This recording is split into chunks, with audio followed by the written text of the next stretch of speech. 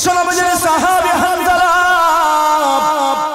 উনি এবার শুনলেন নবীজির একজন সাহাবী এলান দেয়া যায় আল জিহাদ আল জিহাদ আল জিহাদ জুড়ে বলেন আল্লাহু আকবার। আমার ভাইরা সাহাবী এলান দেয়া যায় ওরে সাহাবায়ে কেরাম শুনো আসুন এমন পুরোহিতা গাঙ্গে পয়গম্বর আশিক রাসূল নবীজি জিহাদের ময়দানে চলে গেলেন ওরে সাহাবায়ে কেরাম শুনো যাইবানি আল্লাহর নবীর সঙ্গে যুদ্ধে যাইবানি যেই মুহূর্তে হানজালার কানে আওয়াজ সঙ্গে সঙ্গে হানজালা বিছানা থেকে লাফ মারিয়া দাঁড়াইয়া গেছে।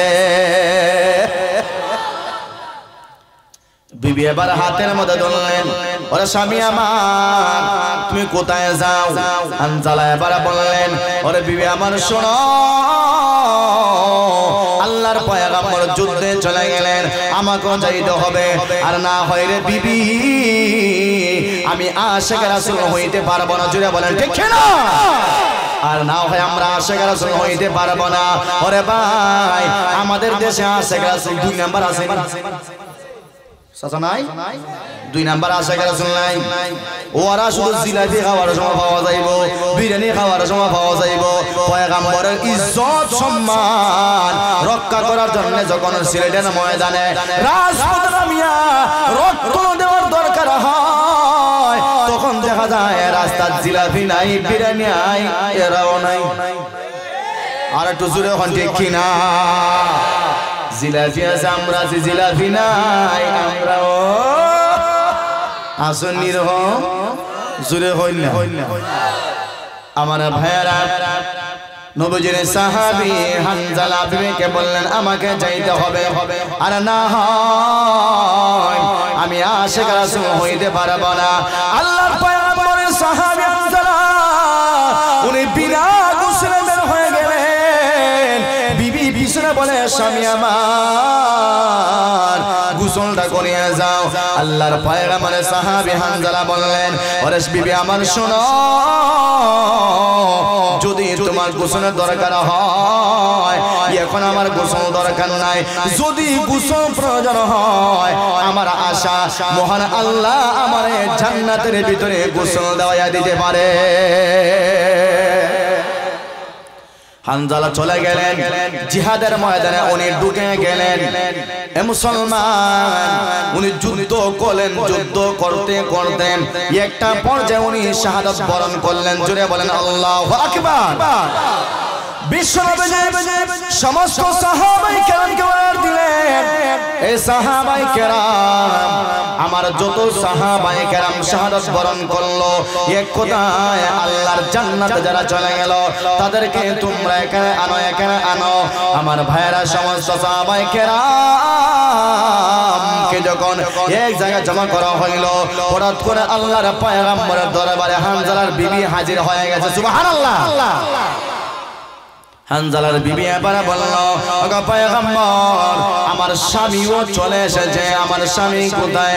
আমার স্বামীকে গোসল দিয়ে দাফন করতে হবে, আমার স্বামী গোসল করে আসে নাই। ও মুসলমান ভালো করে শুনবা আল্লাহর পয়গম্বর এবার বললেন এ সাহাবায়ে কেরাম আমার হানজালা কোথায়? আমার হানজালার লাশটা কোথায়? তোমরা তাড়াতাড়ি বের করো। গোটা যুদ্ধের ময়দান তন্ন তন্ন করে খোঁজা হলো কোথাও হানজালার লাশ পাওয়া যায় না, কোন জায়গাতে পাওয়া যায় না। আবার তালাশ করা হলো আবার পাওয়া যায় না। হঠাৎ করে আল্লাহর পয়গম্বরের কাছে জিবরাইল হাজির হয়ে গেছে। সুবহানাল্লাহ। আর একটু জোরে বলুন সুবহানাল্লাহ। এ মুসলমান ভাই বিশ্বনবীর কানে কানে জিবরাইল বললেন ইয়া রাসূলুল্লাহ আপনার সাহাবী হানজালা যুদ্ধের ময়দানে শাহাদাত বরণ করেছে।